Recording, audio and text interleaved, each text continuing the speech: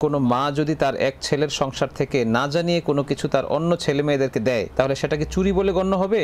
যে একজন মা তার সন্তান এক সন্তানের পরিবার থেকে কিছু নিয়ে আরেক সন্তানকে দিয়ে দিচ্ছেন, এটা কি চুরি হবে কিনা? আমি কি করে একজন মাকে চোর বলি?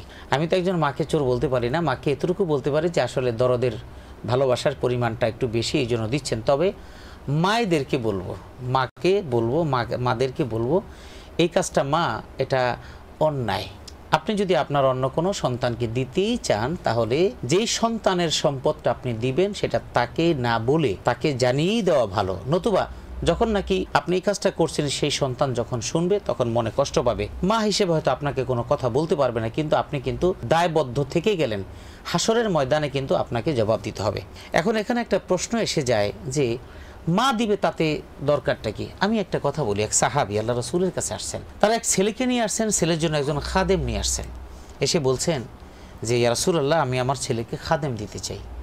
আল্লাহ রাসূল কিন্তু প্রশ্ন করেছিলেন যে আপনি কি আকুল্লা ওয়ালিদিন নাহালতাহু, আপনি কি প্রত্যেকটা সন্তানকে কি এমন একজন করে খাদেম দিবেন? বলছে না, আমি প্রত্যেক সন্তান কেমন করে খাদেম দেওয়ার সক্ষমতা আমি রাখি না। রাসূলুল্লাহ সাল্লাল্লাহু আলাইহি ওয়াসাল্লাম তখন বললেন ফারজিউহু, তাকে ফিরিয়ে নিয়ে যান। আপনি এক সন্তানকে ভালোবেসে তাকে খাদেম নিয়োগ করে দিবেন, আর দুইটা সন্তান একটা সন্তানকে দিবেন না।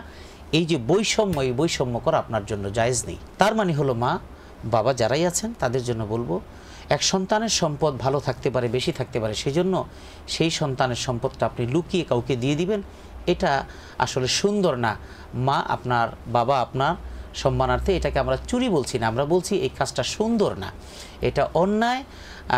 এখন আপনার কাছে তো সন্তানের জন্য খারাপ লাগে, ওর নাই, ওর আছে, কিন্তু সেজন্য তো যার আছে সে তো দায়ী না।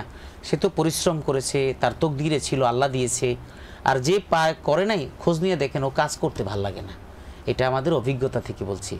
তো মায়েরা বাবার এই কাজটা কখনো করবেন না, এটা করলে আল্লাহর কাছে জবাবদিহি করতে হবে। হেভেন টিভি, জান্নাতি আহ্বানে প্রতিক্ষণ।